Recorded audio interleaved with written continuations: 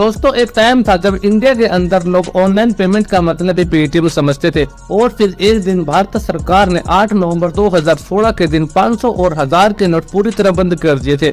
तो फिर उसके बाद तो पेटीएम भारतीय डिजिटल पेमेंट के मार्केट में सबसे बड़ा किंग बन गया था। तो फिर ऐसा क्या हुआ कि आज यह कंपनी पूरी तरह बर्बाद हो गई है और क्यों आज यह कंपनी अपने इन्वेस्टर्स की आंखों में खटक रही है। तो आज के इस वीडियो में हम बात करेंगे पेटीएम की आसमान से जमीन तक आने की पूरी कहानी के बारे में। तो वीडियो शुरू होने से पहले आप हमारे चैनल को सब्सक्राइब जरूर कर दें, यह आपके लिए फ्री है पर मेरे लिए बहुत इंपॉर्टेंट है। तो चलिए शुरू करते हैं।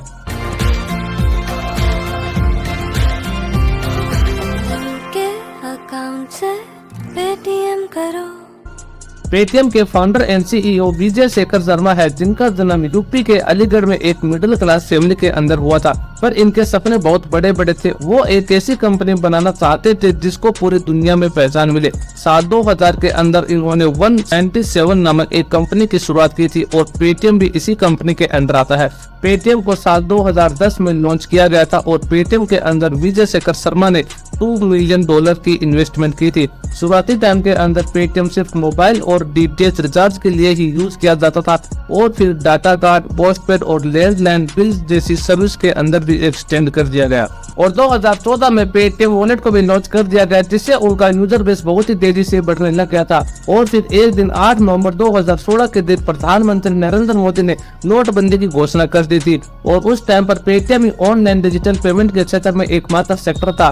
तो फिर पेटीएम ने प्रधानमंत्री की फोटो के साथ एडवर्टाइजमेंट करने शुरू कर दिए। पेटीएम ने प्रधानमंत्री को कांग्रेचुलेट किया कि वो ऑनलाइन डिजिटल पेमेंट के अंदर भारत को आगे लेकर जा रहे हैं और इसी तरह की काफी सारे एडवर्टाइजमेंट करने के बाद पेटीएम के यूजर्स मात्र 1 महीने के अंदर ही 14 करोड़ से बढ़कर 27 करोड़ हो गए थे और साल 2015 के अंदर पेटीएम ने पेमेंट बैंक की भी शुरुआत कर दी थी और आज के टाइम पर यह उनका एकमात्र प्रॉफिटेबल प्रोडक्ट बचा है। और 2017 के अंदर पेटीएम को आरबीआई से भी अप्रूवल मिल गया था और पेटीएम का यूजर्स बेस लगातार बढ़ता ही जा रहा था और पेटीएम हर साल लगातार करोड़ों के प्रॉफिट कमाता ही जा रहा था। फिर जैसे जैसे समय आगे निकलता गया और डिजिटल पेमेंट की दुनिया में नए नए प्लेयर मार्केट में उतरने लगे, पर पेटीएम की एक गलती ने उसके अच्छे खासे बिजनेस को बर्बाद कर दिया।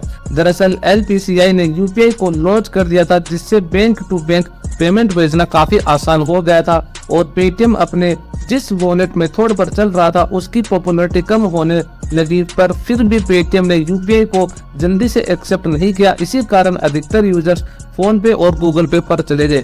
पर काफी टाइम बीत जाने के बाद पेटीएम ने यूपीआई को ऐड तो किया, पर तब तक बहुत ही देर हो चुकी थी। उनका यूजर बेस बहुत ही कम हो गया था और इनके शेयर प्राइस की रेट भी गिर गई थी। अब 8 नवंबर 2021 को शेयर मार्केट की दुनिया में पेटीएम अपना आईपीओ लेकर आता है, जिसमें वो $20 बिलियन वैल्यूएशन पर $2.3 बिलियन प्राइस करते हैं, तकरीबन करीब 18,300 करोड़ रुपए और पेटीएम के एक शेयर की प्राइस 2150 रुपए रखी गई। पेटीएम का आईपीओ मार्केट के अंदर बहुत ही हाइप लेकर आया था। लोग इस आईपीओ में इन्वेस्ट करने के लिए बहुत ही एक्साइटेड थे, पर 18 नवंबर 2021 को जब पेटीएम स्टॉक मार्केट पर लिस्ट हुआ तब इसके शेयर की प्राइस सिर्फ 1560 रुपए ही बची थी और आज के टाइम पेटीएम का शेयर प्राइस 690 रुपए के करीब है, जो कि 70% तक गिर चुका है।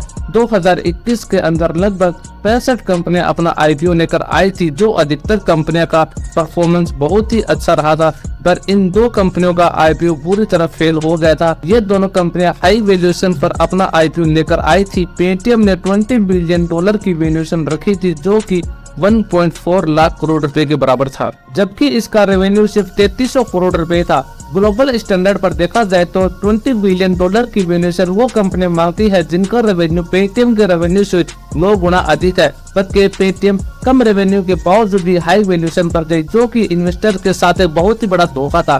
पेटीएम के पास ना ही तो कोई बिजनेस मॉडल है, ना ही कोई प्रॉफिट है और ना ही इस कंपनी को प्रॉफिटेबल बनाने के लिए कोई प्लानिंग है। पेटीएम आज के टाइम हर एक फाइनेंशियल फील्ड के अंदर घुस रही है और यहाँ तक कि इन्होंने अपने प्लेटफॉर्म को भी ऑल इन वन बना दिया है, जहाँ पर आप mobile recharge, bill payment, UPI transfer, policy खरीदना या इन्वेस्टमेंट करना गेम खेलना, मूवी, बस, ट्रेन, फ्लाइट का टिकट बुक करना जैसे कोई भी काम कर सकते हैं। वैसे तो पेटीएम बहुत सारे बिजनेस के अंदर घुस चुका है, लेकिन इसके सिर्फ 2 ही बिजनेस सक्सेसफुल है, पेटीएम पेमेंट बैंक और पेटीएम फास्टैग। आज के टाइम पेटीएम पेमेंट बैंक इस कंपनी को लगातार प्रॉफिट कमा कर दे रहा है। इसके बाद पेटीएम फास्टैग जो पेटीएम बैंक के ही अंडर आता है, वो भारत के फास्टैग मार्केट में 28.2% मार्केट शेयर रखता है। इन दोनों बिजनेस के अलावा पेटीएम के पास ऐसा कोई भी बिजनेस नहीं है जो इसको प्रॉफिट कमा कर दे रहा है। पेटीएम के फाउंडर विजय शेखर शर्मा का कहना है कि उनका लक्ष्य एक ऐसे बिजनेस मॉडल को बनाना है जिसमें वो एक बिजनेस से कस्टमर को एक्वायर करेंगे और फिर उसे दूसरे बिजनेस में लेकर जाएंगे और वहां से भी पैसा कमाएंगे।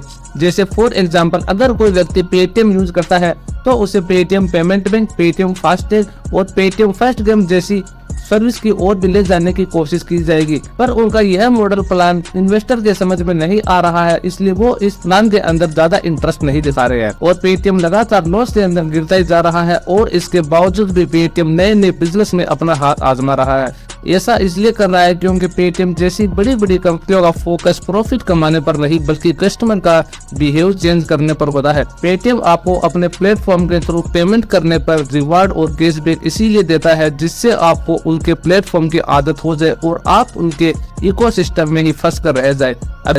अभी तक तो पेटीएम अपने बिजनेस मॉडल को सक्सेस तक पहुंचाने में नाकाम रहा है, तो पेटीएम को ऐसा क्या करना चाहिए कि वो पेटीएम को एक प्रॉफिटेबल कंपनी बना पाए।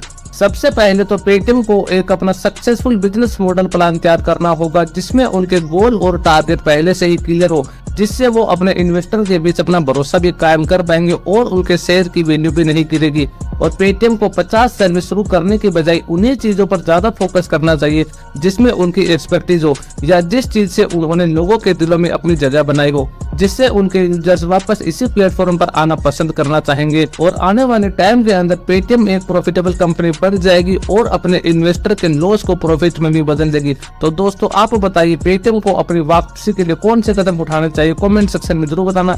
और इसी तरह की अमेजिंग वीडियो के लिए आप हमारे चैनल को सब्सक्राइब और वीडियो को लाइक जरूर कर देना। मिलते हैं अगली वीडियो के अंदर।